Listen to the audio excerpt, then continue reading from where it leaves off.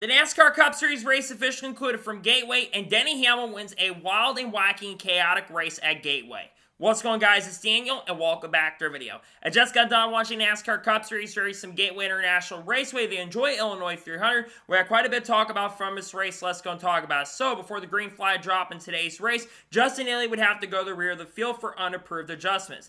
At the start of the race, he had Denny Hamlin lead the field from the outside with Kyle Larson on the inside, and Denny Hamlin got a fantastic start and was able to clear for the race lead. But on lap number 8, Kyle Larson got a fantastic and really good run on Denny Hamlin going down the back straightaway, and he was able to take the race lead and started pulling away as it went into turn number 2. The first caution race will come on lap number 27 as Kyle Larson was pulling away as Kyle Busch was spin down the back straightaway and almost hit the inside wall. Kyle Busch just got loose off of turn number 2 and nearly hit the inside wall, but luckily Kyle Busch did not get any damage from that and would basically spin at that point. There'll be some strategy at this point. A lot of lead lap cars that come down pit road, except Denny Hamlin, Chase Briscoe, Ryan Blaney, Christopher Bell, Ross Chastain, Austin Cindric, Michael McDowell. We see Chris Buescher get off pit road after taking 2 tires, and we see Kyle Larson be the first car off pit road with 4. Meanwhile, during this pit stop, Tyler Reddick actually had a loose wheel and came in Denny Hamlin's pit stop to tighten up the wheel because the car tires were loose at that point.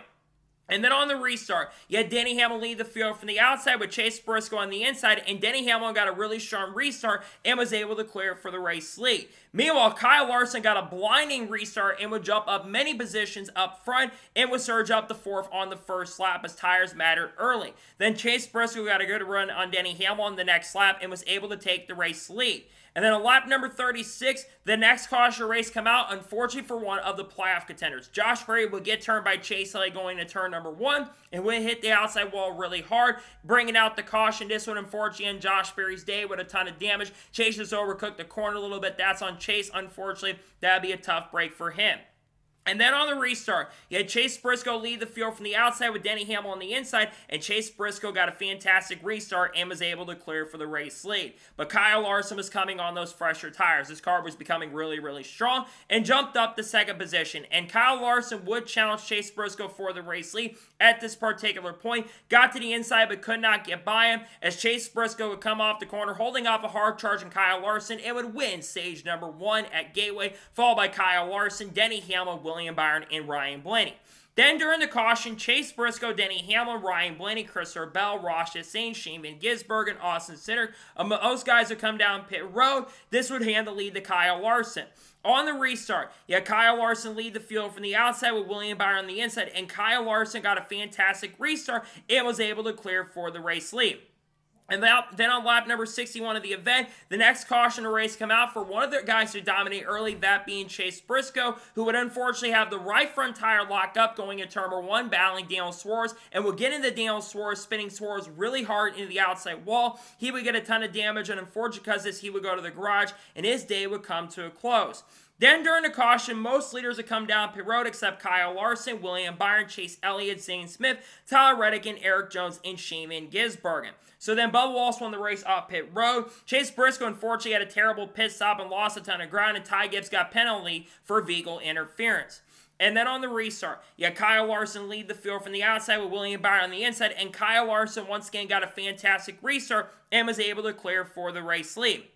And then all of a sudden, as Kyle Larson was pulling away, another caution would come out. Ty Dillon would get spun after some contact from his brother, Austin Dillon, going into turn number 1. He would hit the outside wall and get some damage on the car. Tough break for Ty Dillon, who was struggling as it is. And then we would see a lot of drivers come down pit road. Kyle Larson, Chase Elliott, Christopher Bell, Tyler Reddick, William Byron, Carson Osbar, Zane Smith, Shane Van Gisbergen, Justin Haley, Ty Gibbs were among the guys that come down pit road, with Christopher Bell winning the race off pit road because he took 2 tires, with Chase Elliott and Kyle Larson being the first 2 off with 4 tires. And then Tyler Reddick nearly had a big penalty, but luckily for Reddick, the fuel can did not come off of pit road. And then on the restart, you have Bubba Wallace lead the field from the outside with Joe Logano on the inside, and Bubba Wallace got a fantastic restart and was able to clear for the race lead, and Bubba Wallace started pulling away from the field at that point. But guys on fresher tires starting to come, like Kyle Larson and Christopher Bell, among those guys. And as the run continued on, Bubba Wallace continued pulling away, but the leaders are starting to gain a little bit, like Logano and Hamlin were starting to gain a little bit of ground. But then on lap 134, potentially the most controversial incident of the day would take place. Going to turn number 3, you had Ryan Blaney and Kyle Larson battling for inside a top 5 position, and Kyle Larson would unfortunately end up missing the corner and run into Ryan Blaney going into turn number 4, and Ryan Blaney would end up spinning out, luckily getting no damage there. Again, that unfortunately is on Kyle Larson. Larson just completely missed a corner right there. I expect better from Larson, to be honest, so for him to make a mistake like that is definitely really disappointing to see. He just completely missed a corner. I think he got really frustrated because of the dirty air, to be honest, because of all the dirty air that this next-gen car has, but still, he just completely missed a corner and wiped out Ryan Blaney. Good to see Brian Blaney not getting damage from that, but that's a mistake that Larson should not be making, and you don't want to make enemies. They did talk after the race concluded, and it seemed like a very civil conversation, but to me, that's on Kyle Larson 100%. And during the caution, most lead lap cars would come down pit road except Brad Keselowski, Austin Dillon, and Justin Haley, with Bubba Wallace winning the race off of pit road. Meanwhile, Alex Bowman had a terrible pit stop and would drop all the way back from 7th to 30th position. And then on the restart, you have Brad Keselowski lead the field from the outside with Bubba Wallace on the inside. And Bubba Wallace got a really strong restart off of turn number 2 and was able to clear for the race lead. And he would come off the corner and win stage number 2, followed by Brad Keselowski, Joey Logano, Kyle Larson, and Christopher Bell. And then under caution, Brad Keselowski, Austin Dillon, and a couple other guys would end up coming down pit road at that point. And they would basically come down pit road at that particular point of the race. And then on the restart, you have Bubba Wallace lead the field from the outside with Joe Logano on the inside, and Bubba Wallace got another great restart and was able to clear for the race lead. But then we had another caution for debris. The debris from one of the brake markers that went down the racetrack and fell off the track they were trying to fix under the previous yellow. That would bring out the caution. And then on the next restart, you have Bubba Wallace lead the field from the outside with Joe Logano on the inside, and Bubba did not get it going at all on the restart and would check up the outside lane, and this would hand the race lead to Joey Logano with Denny Hamlin moving to second. But then on that run, we would see Shimon Gisbergen spin from 18th position in turn number 3, who was struggling in this race at that point. He would spin, luckily not get a ton of damage on the car, but tuck brake for a driver who was in a playoff position. During the caution, Bubba Wallace, Kyle Larson, Austin Cindric, William Byron, Ricky Stenhouse Jr., Tyler Reddick, most of these guys would come down pit road with Bubba Wallace win the race off pit road. Meanwhile, Kyle Larson actually had to come back down pit road to fix the rear diffuser flap, because if you know the diffuser flap can get damage on these cars, he would have to come down pit road to fix that. And then on the restart, we had Denny Hamlin lead the field from the outside with Joe Logano on the inside, and Denny Hamlin got a fantastic restart and was able to clear for the lead. And at this point, you had a couple strategies. You had guys like Denny Hamlin, Joe Logano, Chase Elliott, who were going to have to come down pit road. And Chase Briscoe as well, we're going to have to come down pit road. Well, you had guys like Kyle Larson and Bubba Wallace and William Byron, Brad Keselowski, those guys who were trying to make it on field. And as the run continued on, Hamlin would have the race lead.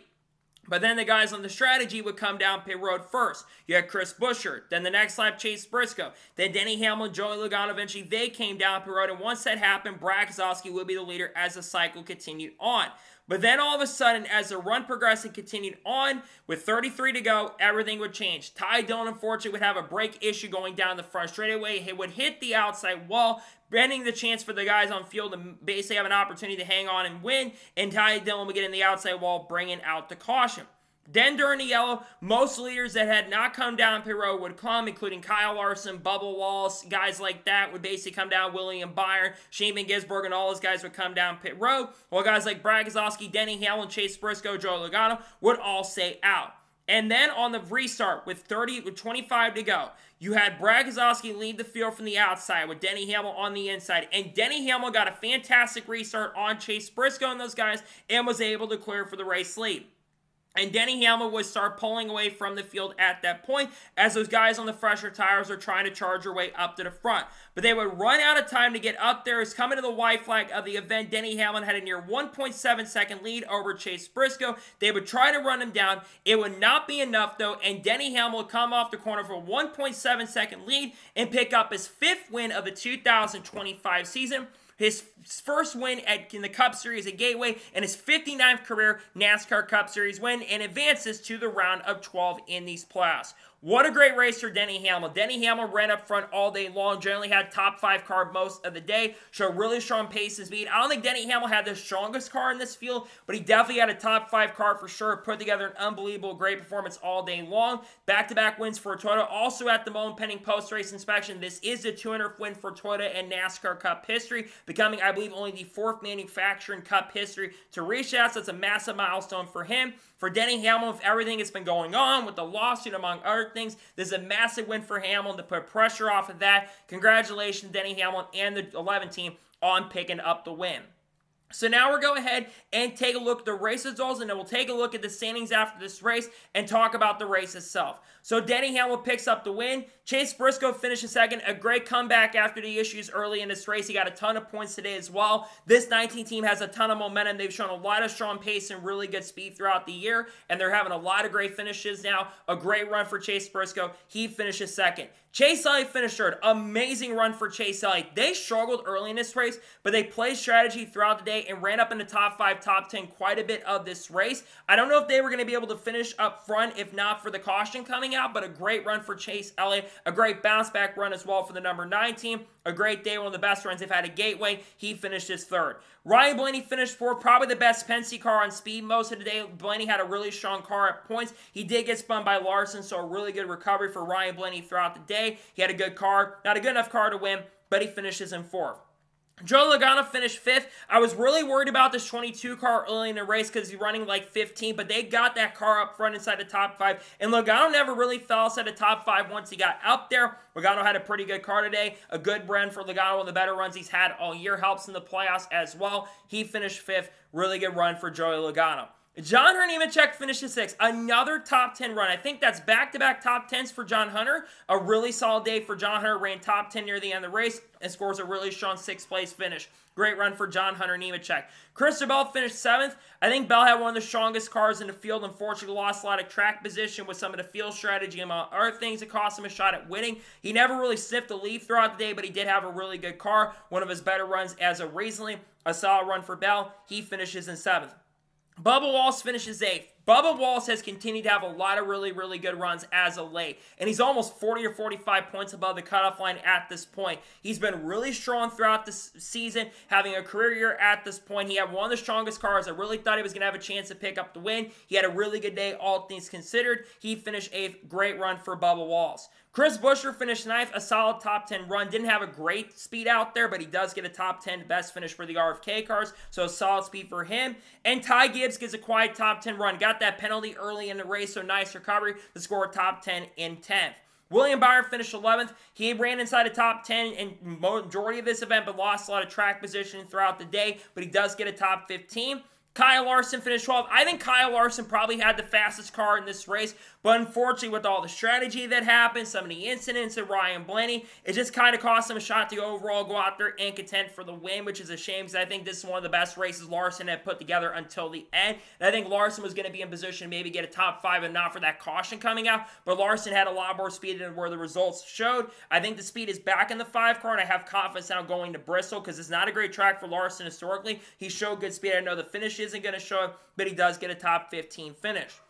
Ryan Preece finished 13th. Not a bad day, not a great day for Preece, but he does get a top 15, so not bad all things considered. Michael McDowell finished 14th, a decent day for him. Carson Osbar gets top 15 and 15th. Not a bad run for him. Tyler Reddick finished 16th. He was near the back at one point, so a nice recovery for Tyler Reddick to score a top 20 finish. Seems like they fixed whatever issues they had at the end. Not an amazing day for Reddick, but it could have been way worse. He does finish there. Brad Keselowski, who was trying to make it on field, fell back near the end, finishes in 17th. Austin Dillon, who took a strategy, does recover to finish in the top 20, but lost a lot of points near the end of this race. Because of that, he finished in 18th. Austin Cindric finished 19th, a really disappointing day for Austin Cindric. They just didn't have the speed under that car all day long. They ran at best about 10th place, which is really surprising considering how good Austin Cindric has been. That concerns me with the Penske cars at this point, so a little worried about the speed from Cindric. He finished 19th, and Ricky Stenhouse Jr. finishes in 20th.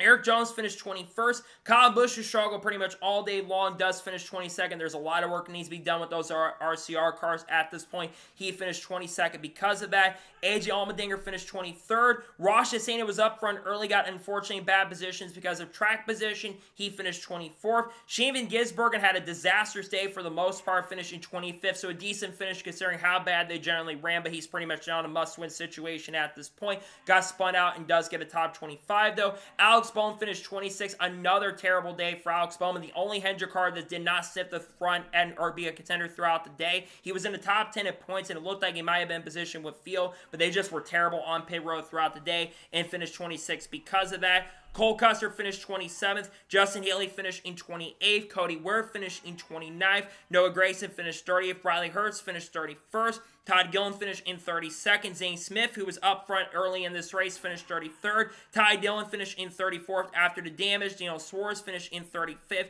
And Josh Berry finished last in 36th in this race. So now, we're going to go ahead and take a look at the results, and we'll now go ahead and take a look at the playoff standings after the second race of the round of 16. So now let's take a look at the playoff standings after the second race of the round of 16. So of course, Denny Hamlin and Chase Briscoe are both locked into the next round after their wins. Kyle Larson's up by 60 points. Bubba Wallace is actually fourth. He is 50 points above the cutoff line. Ryan Blaney's 42 points above. William Byron is 39 points above. Todd Reddick is 37th above. Chris Bell is 32 points above. Chase Elliott with a really great run today is 28 points above. Joe Logano is 21 points above. Ross Chastain is 19 above. And Austin Cindric is 11 points above.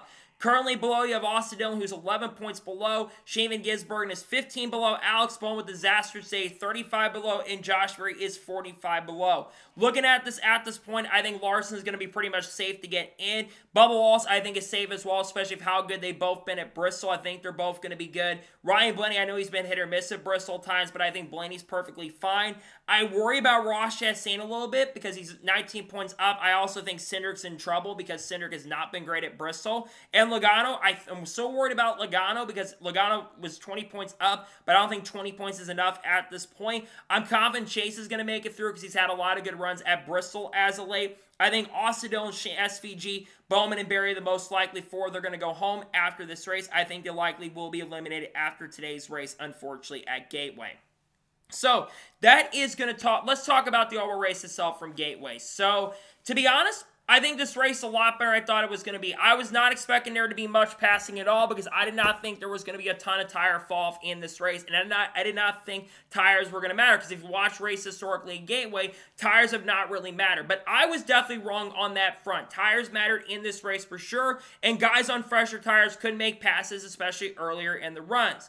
But as the race progressed and went on, it seems like tires didn't matter as much as we got farther into the race. But early in the race, I thought that was really fun and interesting to watch. And it was definitely a very chaotic race as well, which kept you intrigued. I know there was a lot of cautions in this race, but it wasn't like cautions like happening every second at any point. It wasn't overall super chaotic at times. It was chaotic at moments for sure, but it wasn't one of the worst races ever, I will say. Definitely was not an awful race by any stretch of the imagination. Dirty Air definitely played a factor in this race, but for a Gateway race, honestly thought it was a very intriguing event for sure. Not great by any stretch of imagination, but it wasn't bad. My score of today's NASCAR Cup race at Gateway, I'm going to give this race a 6.5 to 7 out of 10. I think normal races, this wasn't an amazing event, but for Gateway standards, I think it was one of the better Gateway races we have seen so far with this next-gen car. My score is going to be a 6.5 out of 10 or 6.5 to 7 out of 10.